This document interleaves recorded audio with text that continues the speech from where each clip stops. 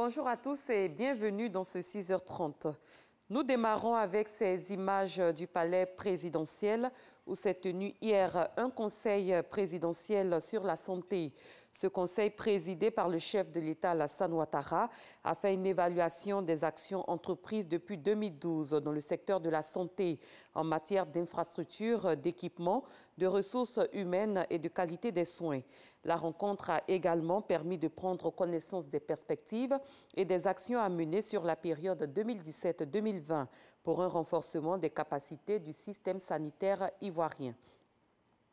À présent, cette information, la voie principale qui relie la ville de Soubré à la cité portuaire de San Pedro, s'est effondrée hier au niveau du village de Nipi 2.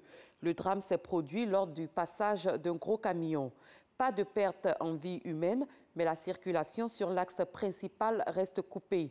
Selon les autorités locales, cette partie de la voie est reliée par une buse métallique qui a fini par céder sous l'effet de l'érosion. Elles en appellent à une intervention rapide pour rétablir le trafic sur cette voie d'acheminement des produits d'exportation sur le port de San Pedro. Comment améliorer l'employabilité des jeunes? La question était débattue hier lors d'une rencontre entre l'Agence de l'emploi jeune et les organisations de groupements professionnels. Elle se situe dans le cadre de l'opérationnalisation du projet Emploi Jeunes et Développement des compétences PGDEC. Grâce Kando. Chaque année, des milliers de jeunes diplômés sortent du système éducatif. Mais comment faciliter leur insertion professionnelle en tenant compte des besoins des entreprises? Pour trouver des solutions durables, l'Agence Emploi Jeunes et des organisations de groupements professionnels échangent sur la question. Nous entendons, en tant que groupement professionnel, agir dans, la cartographie des emplois qu'on peut mettre à disposition des jeunes, dans la formation, dans l'accompagnement, dans les stages qu'on peut promouvoir à cette jeunesse ivoirienne, parce que nous sommes un secteur qui est très pourvoyeur d'emplois et donc il est important qu'on se mobilise pour faciliter les jeunes à l'accès à ces emplois. L'Agence Emploi Jeunes est le guichet unique de l'emploi jeune en Côte d'Ivoire. Elle met en œuvre une politique de promotion et d'insertion des jeunes. L'ensemble de nos programmes, on doit les confronter à la réalité du marché du travail. Et ces véritables acteurs qui sont sur le marché du travail, c'est bel et bien les entreprises à travers leurs groupements. C'est eux qui ont les réels besoins. Donc nous, dans notre volonté de rapprocher, j'avais dit, les jeunes pour qu'ils soient plus employables, il faudrait qu'on travaille de concert avec ces entreprises. Donc l'agence Emploi Jeunes s'est inscrite dans une démarche commerciale pour vendre les jeunes auprès de ces entreprises-là, avec les capacités qu'on a.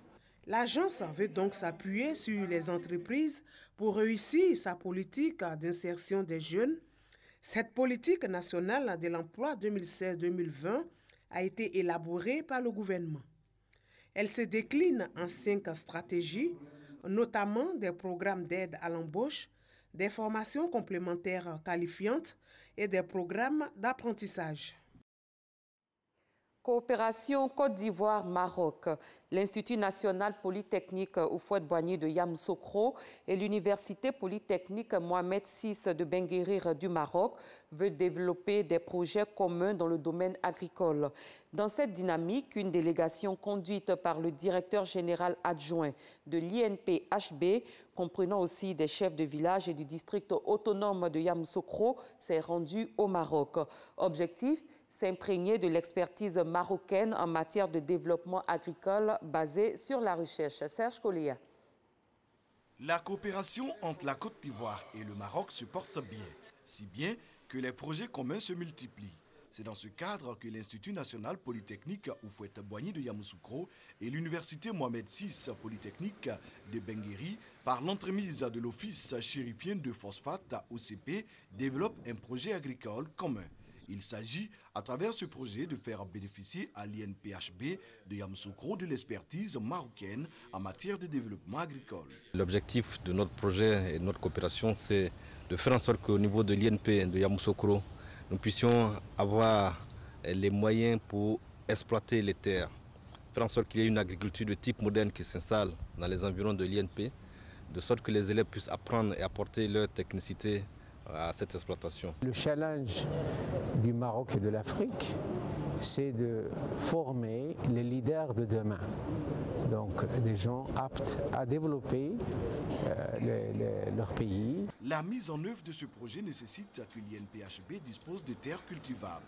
En les associant à la mission conduite par le directeur général adjoint de l'INPHB au Maroc, l'Institut entend impliquer dans ce projet les chefs de village qui sont les détenteurs des terres. Cette agriculture moderne que nous voulons mettre en place ne peut pas se faire sur de petites surfaces. Il faut que ce soit des surfaces étendues qui soient rentables. Alors, ces chefs auront donc la mission, la délicate mission, de réunir autour d'eux toutes les populations et de faire en sorte qu'il y ait une adhésion de ces populations pour la réalisation de ce projet. La délégation conduite par l'INPHB a sillonné le Maroc du nord au sud. Elle a visité plusieurs plantations rizicoles et d'agrumes à Kenitra, au nord, la zone agricole. Des villes plus au sud, notamment Marrakech et Benguérir, des localités très arides où les populations ont réussi à développer l'agriculture, ont également été sillonnées. La délégation ivoirienne a été séduite par les exploits des agriculteurs marocains. On a vu le Maroc vert, nous sommes très contents, nous retournons fiers. Nous allons rendre compte à nos populations. Et je peux pas avouer que grâce à notre grand chef, le chef de canton, qui est le détenteur de toutes les terres à Koué, que les terres sont disponibles. Au terme de la visite, les chefs du village ont promis faire le compte-rendu à leurs administrés afin que tous s'impliquent dans la réalisation de ce projet.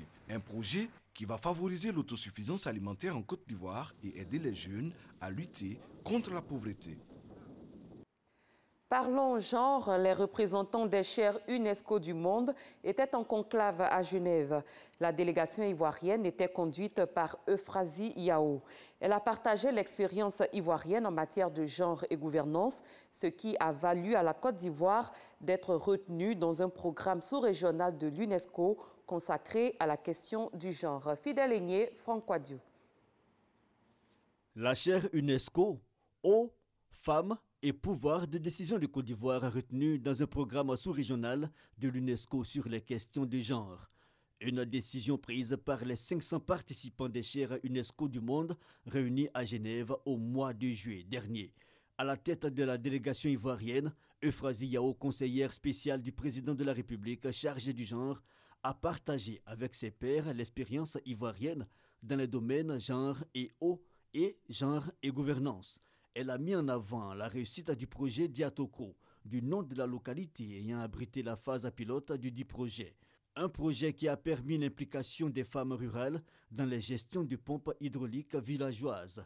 Aussi, la Côte d'Ivoire s'est-elle dotée d'un programme novateur, le Compendium des compétences féminines. Tous ces acquis ont joué en faveur de la Côte d'Ivoire.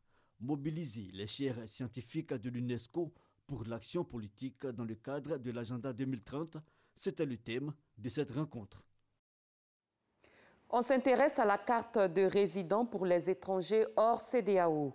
Elle a été présentée hier par l'Office national de l'identification. Désormais, tout ressortissant étranger hors communauté économique des États de l'Afrique de l'Ouest désireux d'obtenir un titre de séjour conformément à la réglementation en vigueur peut obtenir ce document. Il leur suffit d'être âgé de plus de 16 ans et d'avoir vécu plus de 3 mois en Côte d'Ivoire avant de se rendre à l'Office national de l'identification pour demander la carte de résident. Gabriel Zani. Cette carte est la CR, la carte de résident pour les ressortissants étrangers hors CEDEAO. Ce qui veut dire que les 15 pays membres de la communauté économique des États de l'Afrique de l'Ouest ne sont pas concernés. La CR vient combler un vide juridique en matière d'identification des étrangers. Depuis la suppression de la carte de séjour par une ordonnance en 2007, le gouvernement avait décidé de faire enrôler les nationaux hors CEDEAO par un titre provisoire de séjour qui est un document provisoire. Mais aujourd'hui, ce document-là est dépassé parce qu'il n'est pas biométrisé. On ne prend pas des empreintes, les empreintes ne sont pas intégrées dans le document, alors que la carte nationale d'identité de la Côte d'Ivoire est un document biométrique avec toutes les données intégrées à une puce incorporée à la carte. La carte de résident est exigée lorsque le séjour en Côte d'Ivoire est supérieur à 3 mois et il faut être âgé de plus de 16 ans pour en faire la demande. Cette carte-là est une carte identique à la carte nationale d'identité avec toutes les propriétés de sécurité, à la seule différence que la carte a une couleur bleue. D'une durée de validité de 5 ans, la carte de résident coûte 300 000 francs CFA pour les ressortissants des pays non membres de la CEDEAO et 150 000 francs CFA pour les ressortissants français. À compter du lundi 14 août 2017, les demandeurs de la carte de résident pourront se rendre au centre de demande ONI VFS Global pour le dépôt des dossiers de demande. La carte de résident est obligatoire pour l'accomplissement des actes de la vie civile. Néanmoins, elle peut être refusée ou retirée à tout étranger dont la présence constitue une menace pour le pays. Et sans titre de séjour, tout étranger vivant en Côte d'Ivoire est passible de poursuites, à l'exception des réfugiés. Sous d'autres cieux au Kenya, sur près de 97% des bureaux de vote, le président sortant Uhuru Kenyatta est en tête avec 54% des voix contre son rival Raila Odinga, 44%. L'opposant a dès mardi rejeté les résultats et dénoncé un piratage informatique. La tension est immédiatement montée d'un cran dans la rue, avec plusieurs morts, mais aussi sur les réseaux sociaux. Mercredi soir, la commission électorale a démenti le piratage de son système. Herman Guivé. Le Kenya semble se diriger tout droit vers une crise post-électorale. En témoigne cette montée de tension extrême entre manifestants de l'opposition et forces de sécurité kenyanes. Des manifestants de l'opposition qui dénoncent un hold-up électoral. Selon des chiffres encore provisoires publiés par la commission électorale ce mercredi, couvrant les résultats de 95% des bureaux de vote, Uhuru Kenyatta, le président candidat à sa succession, serait en tête, devant Raila Odinga, son adversaire. La coalition de l'opposition, conduite par Raila Odinga, rejette ces chiffres provisoires. Elle crie au tripatouillage électoral. La tension est donc montée d'un cran dans les bidonvilles de Matahare et de Kisumu à Nairobi, occasionnant une vague d'arrestations et une répression sanglante et violente entre manifestants et police anti-émeute. 2 personnes auraient perdu la vie. Des centaines d'habitants craignant d'éventuelles violences avaient quitté Nairobi à quelques jours des élections. La dégradation du climat électoral semble leur donner raison. Avec cette montée en puissance des violences, un aboutissement pacifique de cette présidentielle semble incertain.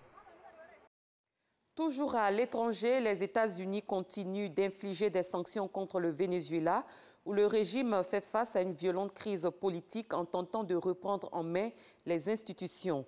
Washington a pris de nouvelles mesures contre 8 responsables du régime, parmi lesquels un frère du défunt Hugo Chavez, à la tête du pays de 1999 à 2013.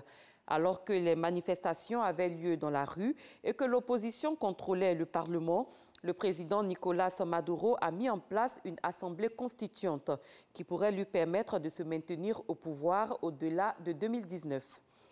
Le séisme qui a frappé mardi la province chinoise de Sichuan a fait, selon un dernier bilan, au moins 19 morts et plus de 260 blessés. Les autorités ont réussi à évacuer de cette région montagneuse près de 60 000 personnes, dont de nombreux touristes. C'est la fin de ce 6h30. Merci de l'avoir suivi. Très bon début de journée à tous et à toutes.